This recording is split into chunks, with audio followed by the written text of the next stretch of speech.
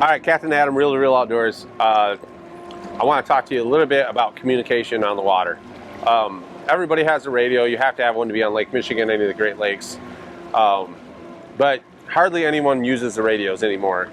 And I think that a lot of people got information that way. So I kind of challenge you to, there's tons of fishing forums. There's tons of Facebook pages and different places that you can go to find information about fishing. Well, you should be finding other fishermen there as well and making a connection. Our biggest tool in communication on the water anymore is definitely the cell phone. We're using text groups more than anything else, where we'll have 6 or 7 captains in one text group, and we might be sharing bits and pieces of information, or we might be sharing all of the information, every bite. I'll show you a couple of those text logs so you can kind of see what we're talking about. But we kind of all have the same lingo, so we kind of know what we're talking, what people are referring to when they use abbreviations or slang terms. But you'll have your low diver. So my low at 150 with this on it went twice, and this and that. And so you're getting real-time information of every bite. Now, it's great. I fish every day. I talk to fishermen that fish every day.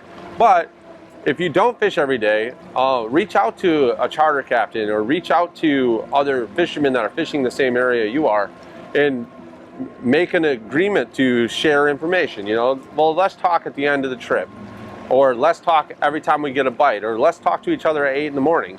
And text or call is a great way. If you do a text group thing, you can always go back through and look through your texts and see, well, what was working the other day when we were out here, and oh, Denny had this out, or Captain Rich had this out, or Captain Alex had this out, and it was working for him, so maybe I'll give that a shot. So you have all that information, and it's saved in a log, which is an awesome format if you need to go back and look at information later on. But if you're launching your boat in the morning and you see a guy and you say, hey, where are you going to fish? Hey, do you want to text at 9 o'clock and see how the day's going, or something like that? Most fishermen want to communicate to each other. I know some ports, it's a little bit tighter than others. Ludington's a very friendly, open communication port. Most of the guys talk to each other, and we're always willing to share information with other anglers.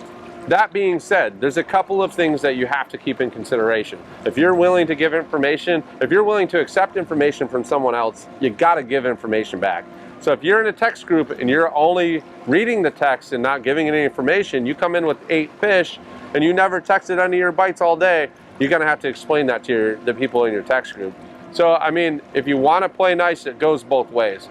The other thing is, if a charter captain or a regular angler is giving you information, if you go and set up right on top of them and set up right next to their boat or something like that, there's a good chance your information stream from that person is probably going to dry up.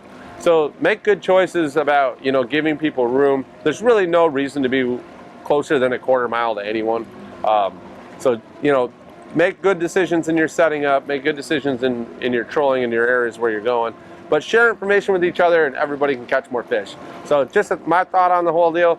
If you got any ideas, write them in the comments. Hit that subscribe button.